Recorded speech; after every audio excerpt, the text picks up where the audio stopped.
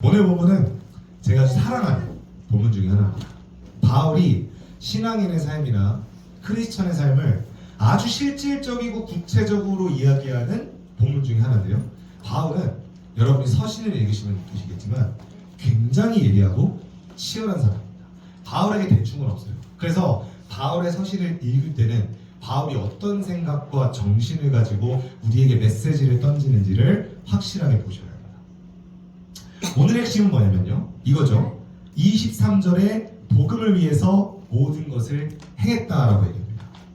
바울이 사도로서 고린도를 포함해 각처에서 복음을 전하기 위해 사역했던 스스로의 모습을 자평하고 있습니다. 스스로 말하는 게 무엇이냐? 나는 복음을 위해 모든 것을 제한이 없이 행했다는 거죠. 모든 것을. 이게 바울의 멋진 점인데요. 바울은 복음을 전하고 한 영혼이라도 주님께 돌이키기 위해서 시도하지 않은 게 없다라고 얘기합니다. 고린도전서 9장의 앞에 맥락을 보게 되면 여러 가지 이야기가 나오는데 간단하게만 설명드리면 고린도 교회 안에서 바울이라는 사도의 사도권이 의심을 받고 있었어요. 그 중에 하나가 뭐냐면 바울이 본래 사도로서 복음을 전할 때는 교회를 시작한 사도였기 때문에 복음을 전하면서 물질적인 연보를 받을 수가 있었어요. 그런데 그 당시에 바울은 물질적 연보를 받지 않고 사역을 했어요. 이유가 무엇이냐면요, 바울이 단순히 돈이 많아서가 아니라 당시에 고린도 교회의 신자들이 신앙이 아직은 성숙하지 않은 시기였기 때문에 그런 교인들에게 신앙의 성장과 물질적으로 바울을 서포팅하는 두 가지 짐을 동시에 지우지 않기 위해서였다는 거죠. 이런 바울의 선의에도 불구하고 당시에 바울의 적대자들은 바울이 물질의 후원을 받지 않기 때문에 정식 사도가 아니라고 바울을 공격했습니다. 그래서 바울은 여기서 부득불 본인을 변호할 수밖에 없어요. 뭐라고 얘기하고 있느냐? 나는 너희를 위해 오히려 희생하면서 수고하며 복음을 전하기 때문에 돈을 받지 않는 것이다. 스스로의 정당성을 얘기하는 거죠. 그래야 고린도 교인들이 흔들리지 않을 테니까요. 그러면서 밑에 중반부에 가면 바울이 여러 종류의 사람들을 만나는데, 예를 들면 우리가 흔히 아는 이스라엘, 유대인들이 있고, 그 다음 유대 문화권 밖에 있는 헬라인을 비롯한 이방인들을 만나는데, 바울은 지혜롭게도 유대인과 이방인을 만날 때 처신과 지혜를 달리합니다. 유대인을 만날 때는 바울 스스로가 율법학자였기 때문에 율법이라는 공통분모로 접근을 하고요. 이방인과 헬라인들에게 바울은 당시에 헬레니즘에도 굉장한 소양이 있었던 사람이기 때문에 그 헬레니즘이라는 공통분모를 가지고 접근을 하죠. 그래서 바울은 약한 자에게는 약한 모습, 강한 자에게는 강한 모습으로 다가갑니다. 굉장히 어려운 일인 거예요. 우리 오늘날 말로 말하면 모두가 바뀌어야 되거든요.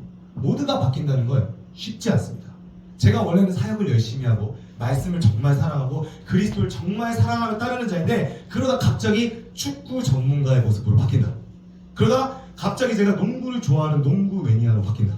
그러다 갑자기 영어 강사의 모습으로 바뀐다. 이런 모드 체인지가 왜 일어나는 것이냐? 그래야 제가 그 모드에 맞는 사람을 한 사람이라도 더 인도할 수 있기 때문이죠. 그래서 제가 이 본문을 메시지 준비하면서 다시 묵상을 했고, 그리고 제가 그동안 복음을 위해 시도했던 것들이 어떤 것들이 있었는지를 생각해봤어요. 들으시면 아, 오늘 설교 재밌겠구나 느껴지실 거예요. 유튜브, 요리, 영어 강사, 운동, 방탈출 게임, 여행, 음악, 파티, 축구 퀴즈 대회, 몽골 선교. 네, 요게 한 3분의 0 같아요. 아직도 엄청 스토리가 많습니다. 아이디어도 많고. 그래서 이런 것들을 다 동원한 이유는 뭐냐면 여기에 누군가는 걸리겠죠. 내가 어떤 모습으로 다가갔을 때 그거의 공통 분모와 서로 통하는 게 생겨서 마음이 열릴 수 있잖아요. 그래서 그야말로 복음을 위해 다 행한다는 거죠. 제가 못하겠는 게 딱 하나 있어요. 사업. 저는 돈을 못 법니다. 퍼주다 망할 것 같아서. 그래서 그것 빼고는 다 하고 있는 것 같아요. 자, 이제 24절을 볼게요. 24절에서 다름질이란 얘기를 합니다. 다름질이 뭔가요? 현지가 안다고 했으니까. 다름질이 뭐냐면 달리기죠. 바울이 자신의 사역을 비유하는 가장 중요한 모티브 중에 하나가 달리기예요. 그리고 이 달리기라는 거에 핵심이 있는데 뭐냐면 24절 보세요. 상을 받는다라고 했죠. 이 달리기는요, 아침 운동이 아니에요. 상을 받기 위한 목표가 있는 명확한 컴퍼티션 느낌. 그리고 25절에서 뭐라고 합니까? 이기기를 다툰다라고 얘기하죠. 바울은 사역을 운동 경기처럼 보고 있어요.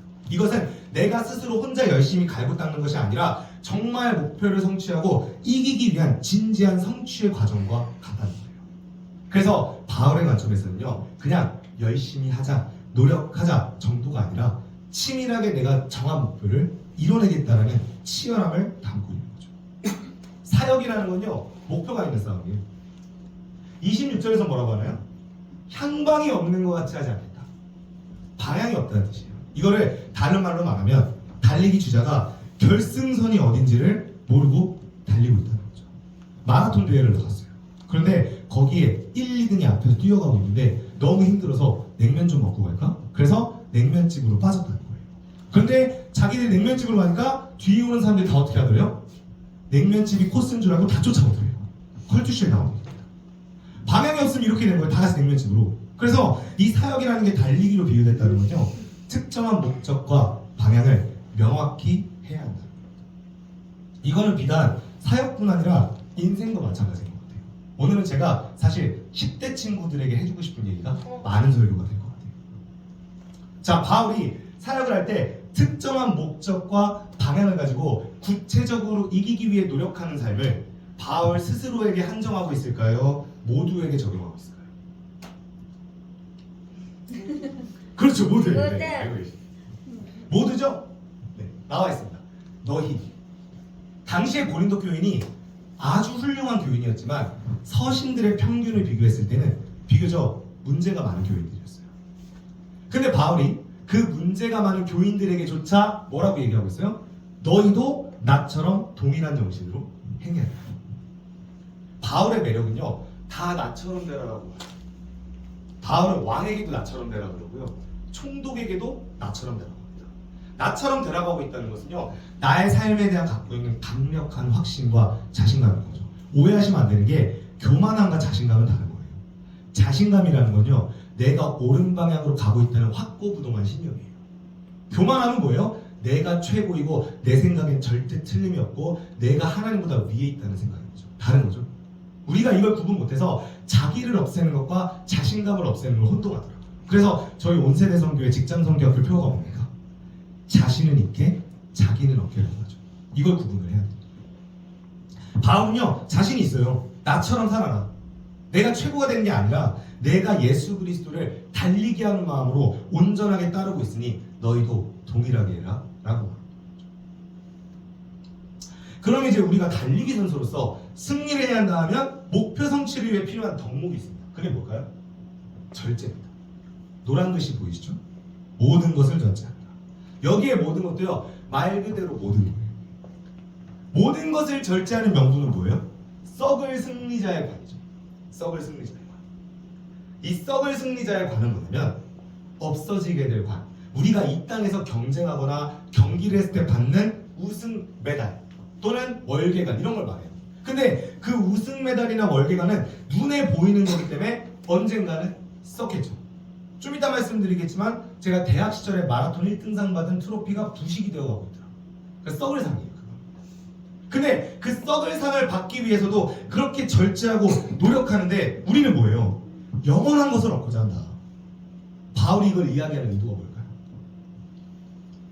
운동선수들도 저렇게 하는데 너희는 왜 그렇게 못하냐? 라고 책망하는 거죠. 바울이 설교자로서 이렇게 책망하는 게 좀 불편하신가요? 어떠세요? 설교자는 사랑과 관용과 따뜻함이 넘쳐야 되지 않나요? 일단 이 얘기를 하기 전에 면류관 얘기부터 해볼게요. 본문에서 썩지 아니할 면류관이라고 얘기하는데 여러분이 성경 묵상과 연구를 하시다 보면 바울이 이 면류관의 개념을 차용하는 또 다른 본문이 있거든요. 바울이 이 면류관을 무엇에 비유하고 있을까요? 읽어보신 분 계신가요? 다른 성경 중에서 면류관. 운동선수들이나 경기자들은 정말 머리에 쓰는 썩어 없어지는 관을 말하는 거예요, 실제로. 근데 바울에게 영원한 면류관은 뭐로 비유되고 있을까요? 자, 한번 읽어보겠습니다. 시작. 우리의 불만이나 기쁨이나 사랑의 면류관이 무엇이냐? 그가 강림하실 때 주 예수 앞에 너희가 아니냐. 재밌는 표현이에요, 그죠? 우리가 받은 면류관은 우리가 전도하고 섬긴 너희들이라는 거예요. 쉽게 말하면 뭐냐면 우리가 마지막 날 영원한 생명을 누리고 영원한 승리의 면류관을 받게 되는데 그 근거가 누구다? 너희들이라는 거죠.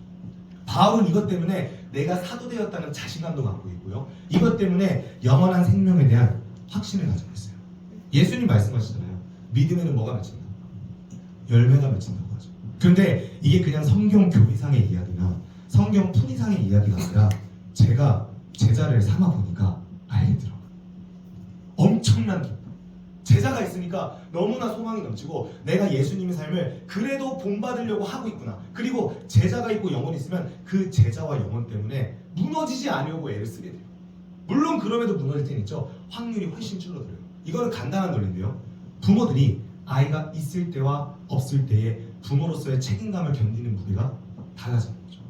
적어도 부모님들은 핑계대진 않으시잖아요. 물론 가끔 언론에 아이를 방치하거나 유기하는 도를 넘어서는 부모들이 있기는 하지만 그래도 웬만한 부모님들이 삶을 포기하지 않으시죠.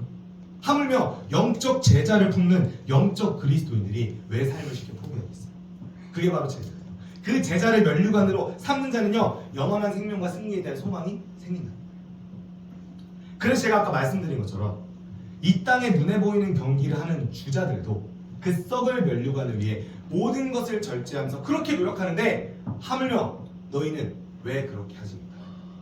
이러한 책망을 정확히 하신 분 중에 우리가 다 아는 폴 워셔 목사님 있어요. 그 설교를 제가 일부 보여드릴게요. 오늘 시청각 자료가 왔습니다.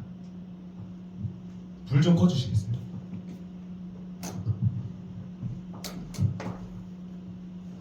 Kings, the greatest men on earth, are divided and split and called. Some cast into eternal hell and some divided into eternal glory, live eternity.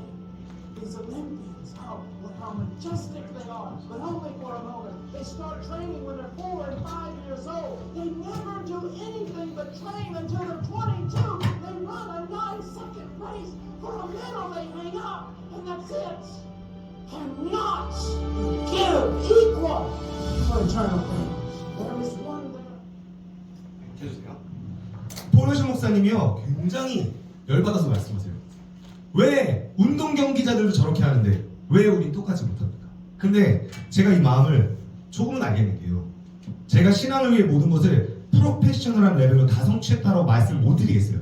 그러나 적어도 내가 사역을 잘하고 영혼을 잘 섬기고 그 영혼들에게 예수님을 잘 전달하기 위해서 어떻게 해야 좋을까라고 치열하게 고민하면서 온 것만큼은 분명합니다. 그리고 그 과정에서 너무나 많은 아이디어들이 나왔어요. 오늘 있었던 얘기 해드릴까요? 제가 1시간 만에 보드게임을 만들었습니다.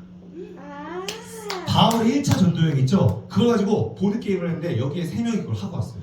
그거 오늘 1시간 만에 만든 거예요. 근데 이게 제가 능력이 뛰어나서가 아니라 맨날 애들 뭐 해야 재밌을까 고민하다 보니까 그걸 고민하고 아이디어를 생산하는 속도가 빨라진 거예요. 그래서 그거 문구점 가가지고 다 인쇄해가지고 편지에 붙여서 코팅해서 잘라서 카드로 다 만든 거예요. 1시간 만에. 네. 그렇게 맨날 고민하고 사는 거예요. 그러니까 그 고민의 결과 끝에 아이디어와 질이 점점 향상이 되는 거죠.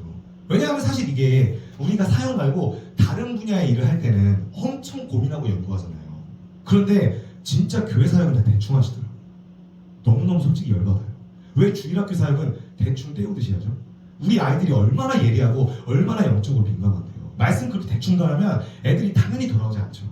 그렇게 열정 없는 모습으로 애들을 섬기는데 누가 돌아옵니까? 그래서 주일학교든 청년사역이든 무엇이든 치밀하게 열정을 다해 고민하고 행해야 돼요. 그것이 마라톤 주자가 이기기 위해 하는 노력과 비슷한 겁니다. 바울이 사역을 달리기에 비유하는 횟수가 총 9번입니다. 굉장히 많죠? 다 뭐라고 돼 있어요? 다름질, 달려가노라, 상을 위해 달려가노라, 다름질, 달려가.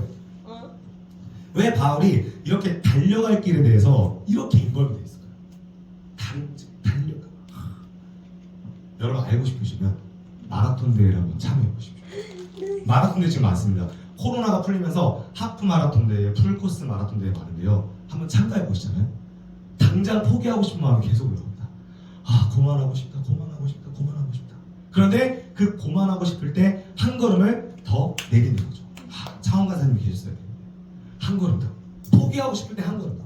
그 정신을 마라톤 하면서 배우게 돼요. 그래서 제가 고등학교 때 저 이웃집에 제 멘토가 계셨어요. 그분은 독서, 다상량, 그리고 체력과 운동에 있어서 저에게 굉장히 많은 소스를 주셨는데 그분이 저를 맨날 데리고 10km씩 갑천 강도를 뛴 거예요.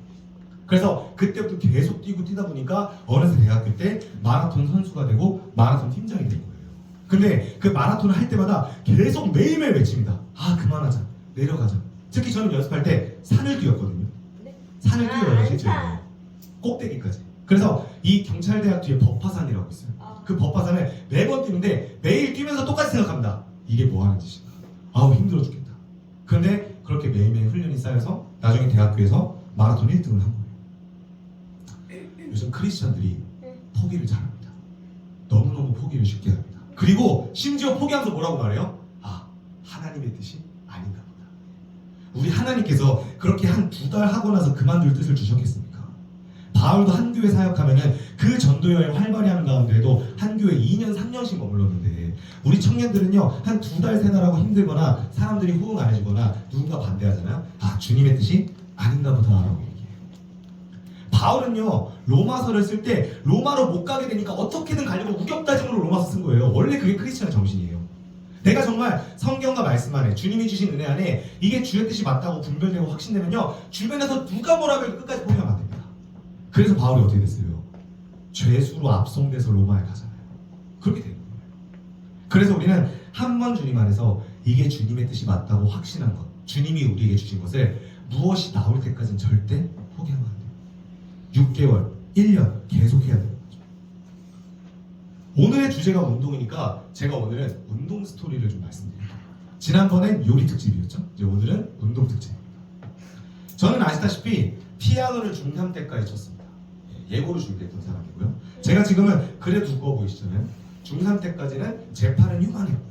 배는 항상 나와 있었고 항상 안경을 쓰면서 너무 하복부가 커가지고 뛸 때마다 둥실둥실 하는 친구였어요. 정말 실제로. 그래서 여러분 축구하는 친구들은 알겠지만 저처럼 운동 못하는 친구들이 축구를 하러 나가잖아요. 발에 공만 대도 오 중구 이랬어요. 중3 때까지. 그래서 그 정도로 저는 운동을 못했어요. 그런데 여러분 남자들은 운동을 못하면 자존감이 떨어집니다. 다 그렇진 않지만. 근데 저는 맨날 축구 경기 할 때만 감독만 하니까 아시죠? 명예감독. 축구를 못하니까 감독을 맡긴 거예요. 중간은 감독해. 아니면 조금 착한 친구들은 골키퍼에 이렇게 해서 축구를 한 거예요. 그동안. 그래서 제가 중3 때 피아노를 그만두고 나서 또 아이들에게 괴롭힘도 당했었거든요. 물리적인 괴롭힘을. 그런 일을 당하니까 오기가 생겼어요.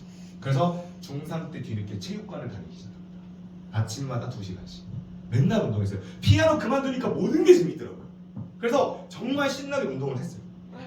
그리고 제가 농구를 워낙 좋아해가지고 저희 고등학교가 농구 코트가 있으면 이렇게 올라가는 길이 있어요. 그러면은 저희 고등학교는 여학생들이 많았거든요. 여학생이 남학생보다는 3대1 많았어요. 그러면 그 학생들이 등교하면서 다 어디를 봐요? 코트를 보겠죠. 아, 저기가 노다지구나. 그럼 어떻게 해야 돼요? 저기를 정복하면 되잖아요. 그래서 아, 농구를 해야겠다. 그래서 인기 스타가 되자. 그래서 농구를 합니다. 농구 좋아하는 친구도 알겠지만 농구를 잘하려면 뭐부터 해야 되느냐? 벽에다 거울 설치해놓고요. 이거부터 해야 됩니다. 그거? 뭔지 알죠 이거? 네. 이게 춤추는 게 아니고요. 드리블이에요, 드리블. 왼쪽 드리블, 오른쪽 드리블 계속 하는 거예요. 이게 나중에 성취되면 어떻게 되는 거예요? 크로스 드리블 이렇게. 이제 여기는 뭐예요? 이제 안 보거든요. 뒤에서 이렇게 계속 하는 거예요. 한 손으로도 앞뒤로 퉁퉁퉁, 왼손으로도 앞뒤로 퉁퉁퉁.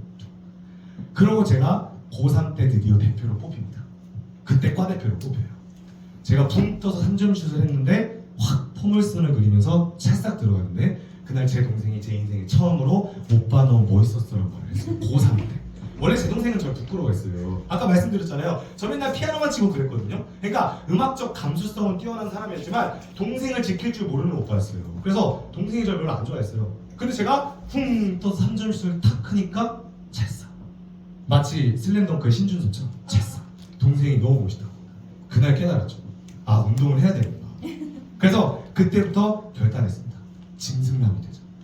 이제 나는 짐승남이 된다. 예전처럼 막 피아노 치고 막 아재 개그하고 막 아는 뿐 얘기하면서 이런 중구가 아니라 짐승남 중구가 되겠다. 그래서 그때부터 운동을 엄청 합니다. 계속 운동합니다. 그리고 제가 고3 때 기억 남는 게 고3 친구들은 노트가 있어요. 다. 뭐 영어 노트, 뭐 수학 노트, 오답 노트 있잖아요. 저는 거기에 오답노트 귀퉁이에 농구 관련된 내용가 항상 있었어요. 바보야, 패스는 이렇게 해야지. 얘가 뛰어들어오는데 왜 내가 이거 못 봐? 계속 혼자 막 대화해놓고 중구야 이렇게 해야지. 이렇게 들어가야지. 그 정도로 미친 거예요. 그래서 고3 때 저는 하루 종일 공부하면서도 하루에 꼭 1시간씩 농구를 했어요. 그래서 학교 선생님들이 저를 문제아로 기억해요. 공부는 정말 잘했었는데 해야도 농구한다고 땡땡이를 가니까 문제아로 기억해요. 그 정도로 운동을 했었어요. 자, 오늘 제가 하나를 공개하겠습니다.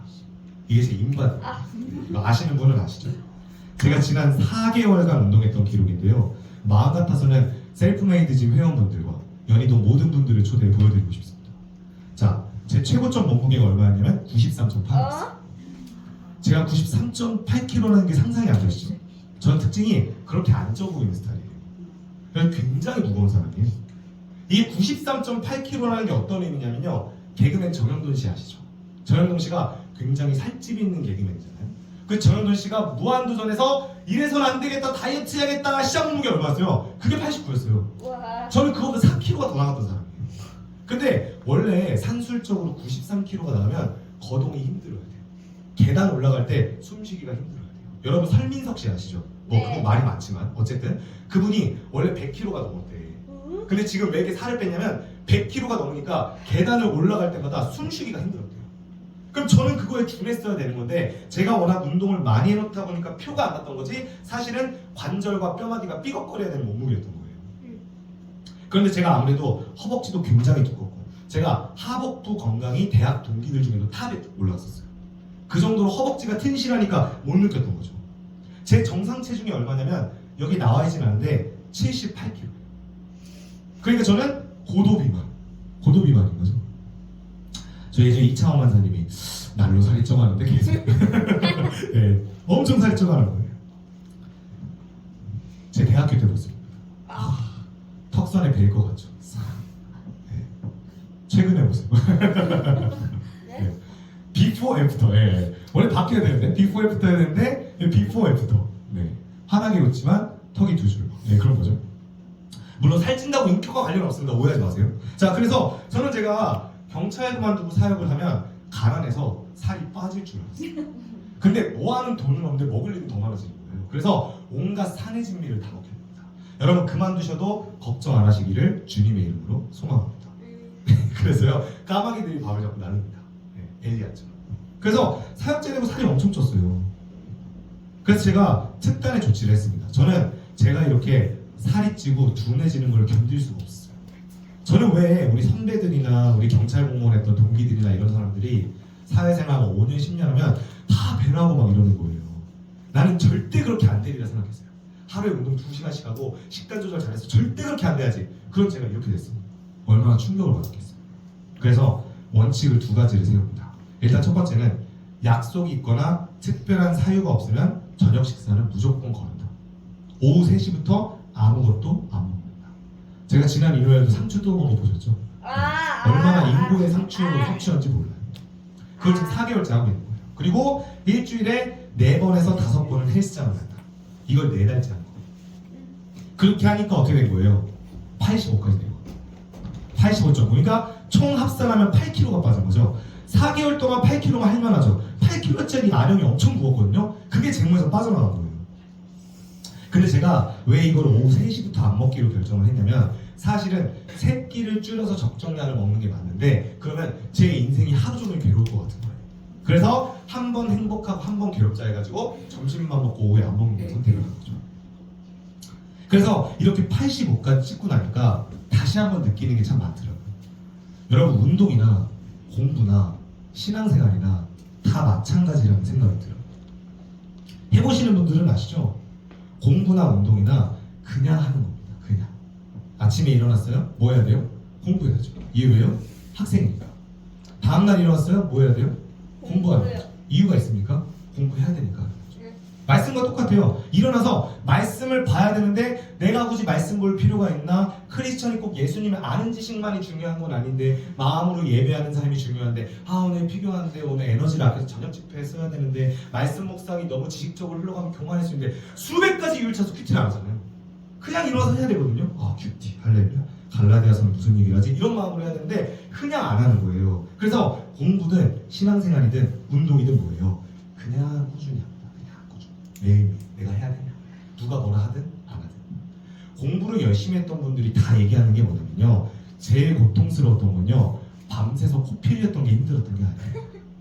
매일매일 7시간씩 자는데 7시간씩 자고 8시간씩 공부를 매일 해야 되는 게 제일 힘들었대요. 이게 제일 힘든 거예요, 공부는. 밤새고 3, 4시간을 못 자기 때문에 그런 게 아니에요. 3, 4시간 자고 공부를 하면요. 다음날 10시간 자면 돼요. 근데 내가 매일매일 7시간씩 자면서 8시간 공부한다. 이게 제일 힘든 거거든요. 제가 존경하는 인물입니다. 자, 이게 인물 얘기 좀 있다고요. 제일 힘들었던 게 보세요. 그래프가 쭉 내려가잖아요. 근데 보세요. 이게 제 입장에 빙의를 해보세요. 저로 한번 동질화 시켜보세요. 그렇게 운동을 하는데 제가 한 번 가면 800kcal씩 운동을 해요. 그렇게 운동하는데 이렇게 뛴 거 보세요. 다음날 어떤 생각이 들까요? 이거 뭐야? 운동해도 찌잖아. 이런 운동 하루 뭐하러 해? 이런 생각 제가 몇 번 했을까요? 한 번, 두 번, 세 번, 네 번, 다섯 번. 이때 최고치, 그죠? 계속 했죠. 엄청 힘들었어요 이때. 운동 해봤잖아요. 그 두 번째, 제일 힘든 거. 앞자리 숫자가 계속 바뀝니다. 와, 저 엄청 좋아해. 성주가 옆에서 맨날 봤어요. 여보, 바뀌었어. 이렇게. 엄청 좋아하다가 이쯤 돼서 86, 87에서 계속 안 바뀌는 거예요. 85를 찍어야 되는데 계속 86, 87을 찍으니까 어떤 생각이 들겠어요? 아, 여기서 한계인가? 이 정도면 많이 뺀 거 아닐까? 근데 어떻게 해요? 해야죠, 그래도. 제가 여기서 안 내려간다는 이유로 갑자기 운동을 그만둘 수 없잖아요. 그래서 87, 86을 계속 오갑니다. 그리고 드디어 어제 85를 딱 찍은 거예요. 어제. 너무 감사했어요. 웨이크업 직전에 찍었다. 다행이다. 85를 보여드리고 싶었어요. 근데 계속 안 내려가서 너무 좋아하셨는데 어제 딱 찍은 거야. 그래서 오늘 실컷 먹고 왔습니다. 여기에 나오는 게 전부니까 일단. 제가 존경하는 인물입니다. 사도 바울이 나와야 되는데 손흥민이 나왔어. 그죠? 네. 제가 손흥민을 존경하는 이유가 있어요. 제가 손흥민 때문에 지금 프로축구도 굉장히 좋아하는 건데 손흥민의 두 가지입니다. 노력 그리고 슬럼프. 인성 얘기는 안 할게요. 손흥민의 제일 훌륭한 점은 저는 인성이라 생각하거든요. 굉장히 훌륭한 인성과 겸비한 품성, 아버지의 철저한 인성 교육이 뒷받침이 됐는데 오늘 그 얘기는 빼고 이 두 가지만 해볼게요. 이 손흥민이 굉장한 노력으로 자신을 갈고 닦아왔는데 일단 노력 관련 영상 하나 보여드릴게요. 불 한번 보시겠습니까? 사실 진짜 어려운 일이 많아요. 이제 뭐 예를 들면 이제 운동장을 3바퀴를 도는 리프팅으로 이제 3바퀴를 도는 게 있어요. 왼발로 한 바퀴를 돌고 오른발로 한 바퀴를 돌고 이제 양발로 이제 가서 이렇게 한 바퀴를 도는데 이게 진짜 힘든 거예요. 왜냐면 이게 뭐 빠른다고 되는 게 아니라 되게 기술적으로 진짜 많이 필요한 건데 막 가다가 이제 볼을 떨기면 이게 뭐 2바퀴 갔더라도 처음부터 다시 시작해야 되는 거예요. 지금은 이제 그 장비가 좋으니까 그런데 제가 여기 우리 애들 드리블 할 때 이제 이 팔자 드리블을 제가 어떻게 그랬냐면 콤파스 있잖아요. 콤파스 그 식으로 이렇게 해서 한번 딱 그리면 원이 됐잖아요. 그럼 이제 이게 너무 적으니까 요걸 타고 이렇게 그리고 이쪽에서 또 여기서 맞춰서 여기서 이렇게 그리고 이제 여기서 맞춰서 이렇게 그려. 이게 팔자가 됐잖아요. 이걸 이제 드리블. 제가 축구가 이걸 하도 그리니까 축구가 여기가 다 빵꾸가 나서 양말이 튀어나올 정도로 이제 그렇게 했어요.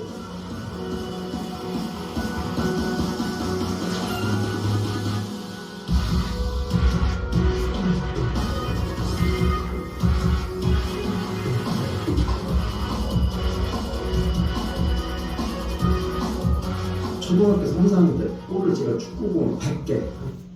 자, 그래서 이 손흥정 선생님입니다. 제가 영상 또 틀 거라서 그냥 불 안 켜셔도 될 것 같습니다.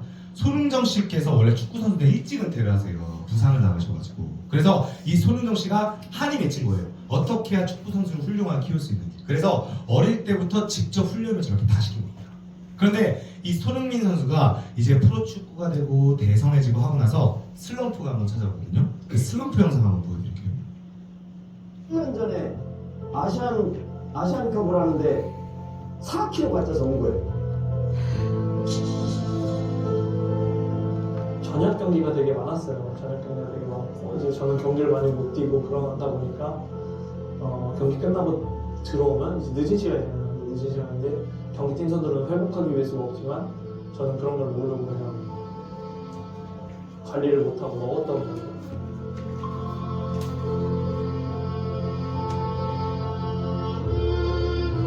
뒤에서 다 뒷담화를 했다는 거예요. 이제 흥민이 끝났다.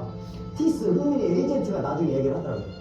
자기도 반신반의 했다는 거예요. Yeah, I remember he was a bit fat. So I saw him and I thought, wow, what happened? 시즌이 끝나서 한국을 들어와야 되는데 제가 흥민이한테 그랬어요. 아빠는 안 간다. 나는 지금 자존심 상해서 못 들어가겠다. 쪽팔리다. 아버지가 난 창피해서 못 가겠다라고 얘기를 하셨는데 제가 한국은 좀 갔으면 좋겠다. 아버지 하라는 대로 다 할 테니까 가서 훈련 3번 하라고 할 테니까 한국은 왜냐면 한국은 가고 싶었으니까 어린 나이에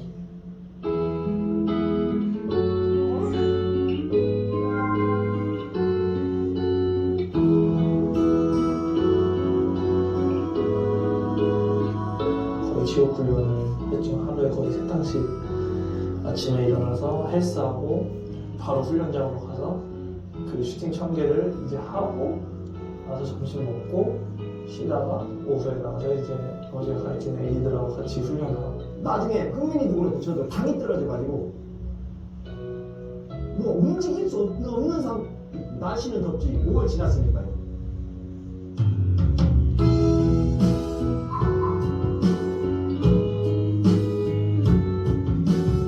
그렇게 휴가 동안 하루도 안 쉬고 그렇게 해서 들여보내는데 공항에 티스가 마중 나오는데 티스가 못 알아봤다는 거예요. 흥민이를 완전 피골이 상접해 있으니까 완전 이렇게 해서 완전 쪽 빠지더라고요. Were you impressed by the change after you came back? Yes, definitely. Or something as well, and he came back and then he saw him. Yeah, but I mean, then they were training hard together and no problem after. With fast acceleration and clinical left-footed strike. Bundesliga goals and attracted the attention of the entire league.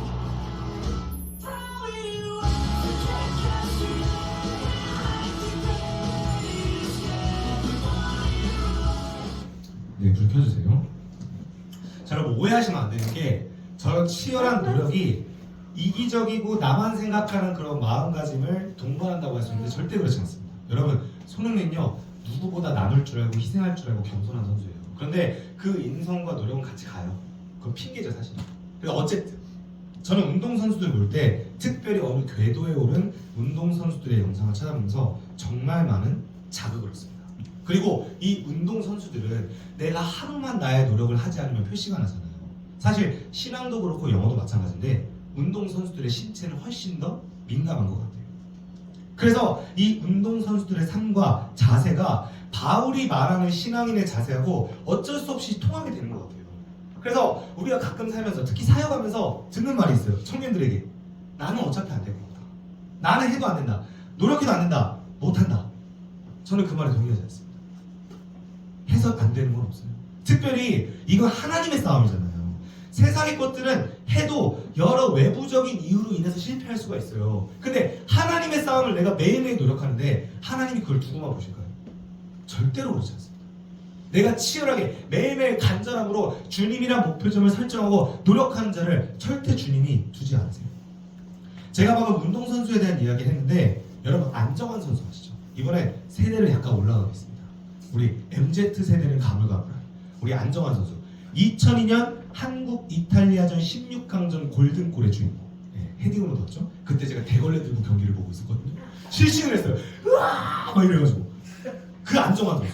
근데 저는 그 안정환 선수가 골을 넣었던 멋진 긴 머리 테리우스 그것만 알고 있었는데 나중에 은퇴하고 다큐멘터리 예능 나와서 본인의 이야기를 막 풀더라고요. 그때 이 사람에게 한 번 더 나타났어요. 보통 사람이 아니었더라고요. 이 사람이 축구 시작한 이유가 뭐냐면 먹을 게 없어서였어요. 근데 축구부 가면 뭘 줍니까? 우유하고 빵을 줍니까? 그거 먹으러 갔던 거예요. 그러다가 축구가 좋아져서 아시아 역대 최고의 판타지스타가 된 거예요. 그 안정환 선수가 최근에 KBS에서 청춘FC라는 예능 프로그램이 있습니다.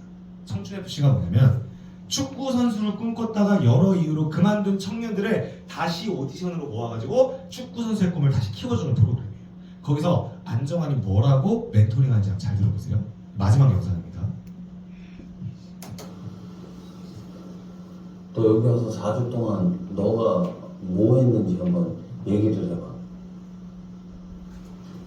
저는 그냥 치료 빨리 해서 저 아픈 데서 데리고 오실 수 있으니까 보여주고 싶구나.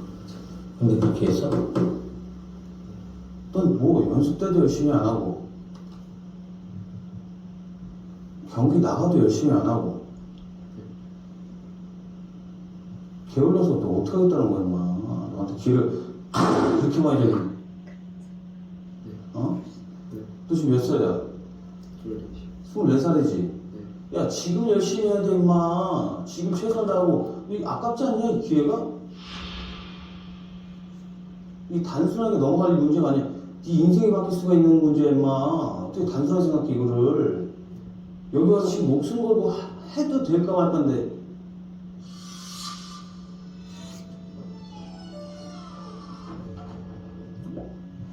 뭐 했었어? 저한테 어떤 점이 있지?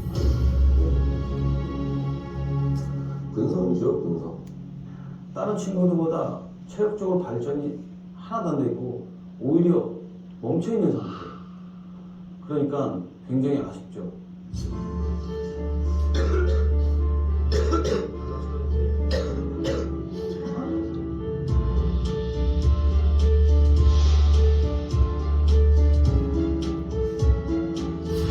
아침에 일어나면 운동하는 선수들 몇 명이나 있어요? 지금? 오전에는 없어요. 오전에는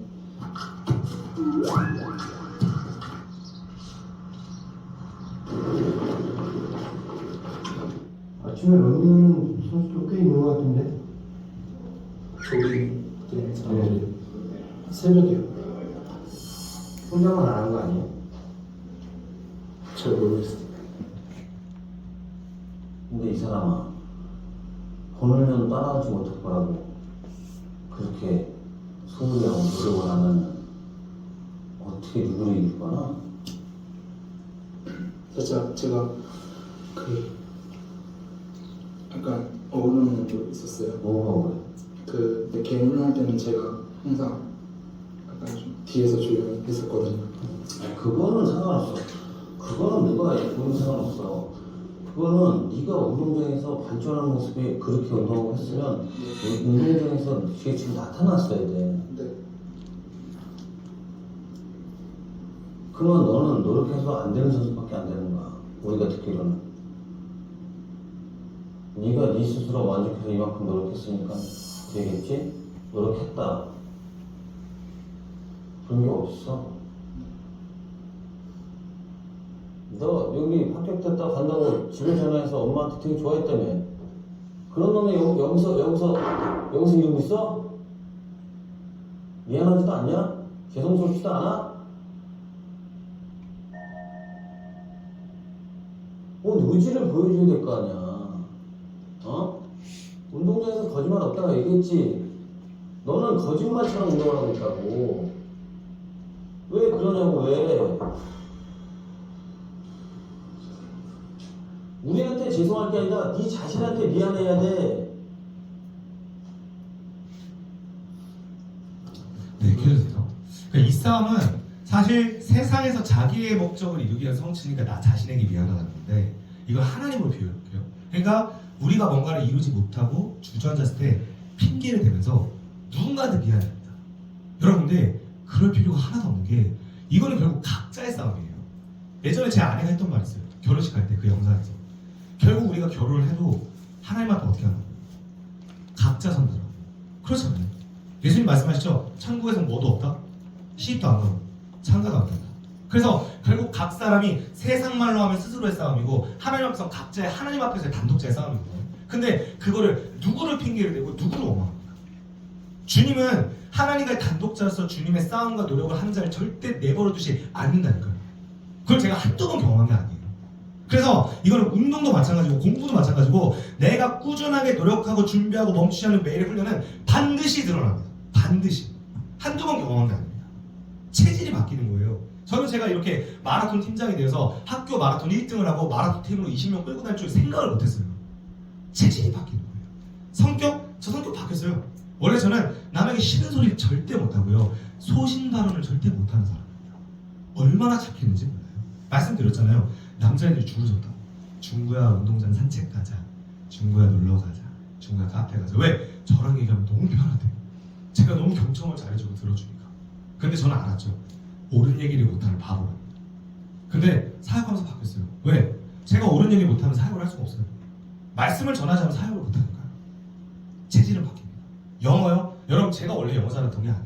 말씀드렸잖아요. 세이브 더 머니, 돈을 저축한다는 말을 제가 할 줄 몰라가지고 외국인 앞에서 땀을 삐질삐질 흘리고 있었다니까요. 그때 느꼈어요. 내가 이러면 안 되겠구나.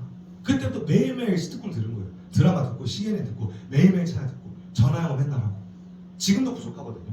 확실한 건 뭐냐면 언어도 그 사람의 노력을 절대 배신하지 않습니다. 제가 그 얘기 다 해놨습니다. 제 유튜브예요. 여기에 보면 영어 잘하게 된 이야기 다 써놨잖아요. 한번 시간 남을 때 눈물의 영화 보지 마시고 그거 이미 조용했죠. 넷플릭스 보지 마시고 한번 보세요. 자, 그래서 말씀을 좀 마무리할게요. 저희의 노력은요 사실 세상과는 관점이 달라요. 세상의 노력은요 말씀드렸죠? 해도 그 은혜가 우리를 찾아오지 않을 수도 있어요. 내가 노력한 대가를 맛보지 못할 수 있어요. 그만큼 세상이 너무너무 내용해요. 아시잖아요. 우리 어른분들께서는 이 세상이 절대 우리의 노력의 과실을 주지 않는다는 걸 아시죠? 근데요 하나님은 안 그래요. 하나님은 절대 그 사람의 노력을 배신하지 않습니다. 그래서 저도 한 명의 사역자로서 간절히 원하는 건 뭐냐면 교회 청년들, 리더들, 사역자들이 내가 정말 세상의 그 어떤 일보다도 이 하나님의 사역을 정말 멋지게 한번 해보겠다는 마음을 갖는 거예요. 그러려면 많은 걸 필요로 하겠죠. 말씀도 봐야 돼요. 아이들에 대해서도 알아가야 되고 청년들에 대해서도 알아가야 될 것이고 철학도 필요하면 공부하고 기독교 세계관도 알아야 될 것이고 왜 그걸 할 수 있느냐? 내가 왜 다시 책을 봐야 되고 내가 왜 그 노력을 해야 되지? 그걸 하면 그로 인해서 한 영혼이 나로 인해 돌아올 수 있다니까요. 몇십억을 투자해서라도 그가 제자가 될 수 있다면 그것도 투자할 수 있을 판인데 그 나의 조금의 노력을 하는 걸 우리가 왜 못하겠습니까? 그래서 그리스도인들을 못 이기는 거예요. 세상은요 돈 좀 벌다가 시들해지면 사업을 내려놓을 수 있거든요. 근데요 제자를 삼기 위한 삶의 여정은 죽는 날까지 끊이지 않습니다. 내일 내가 한나라 간다 해도 오늘 저는 말씀을 전하다가 내일 한나라 가겠죠.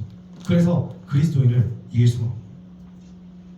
여러분이 앞으로 주님을 위해서 매일매일 경주하시기를 바랍니다.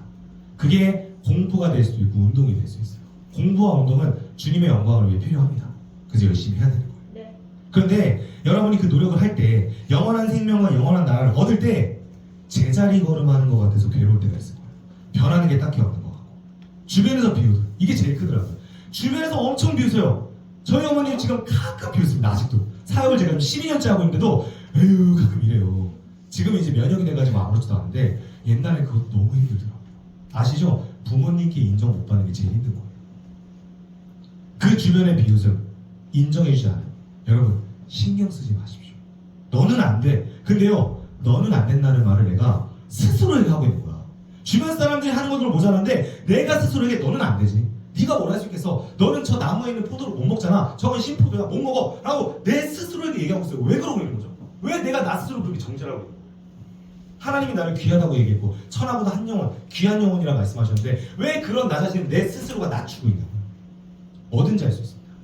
세속의 욕망과 성공을 위한 모든 것이 아니라 주님을 위해 모든 것을 할 수 있어요.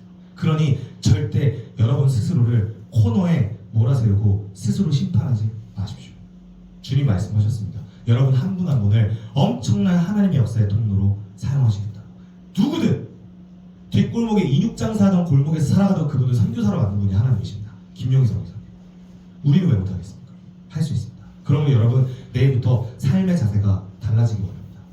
매달 따는 자처럼 승리하는 자처럼 경주에서 이기고자 하는 목표가 분명한 운동선수의 의지로, 그거보다 더한 의지로 영원한 나라의 면류관을 위해, 영원한 나라에 함께 구원받을 제자를 세우기 위해서 매일매일을 죽어라 치열하게 사는, 정말 드라마처럼 그렇게 사는 저희 모두가 되기를 주님의 이름으로 소원합니다. 기도 잠깐 하겠습니다.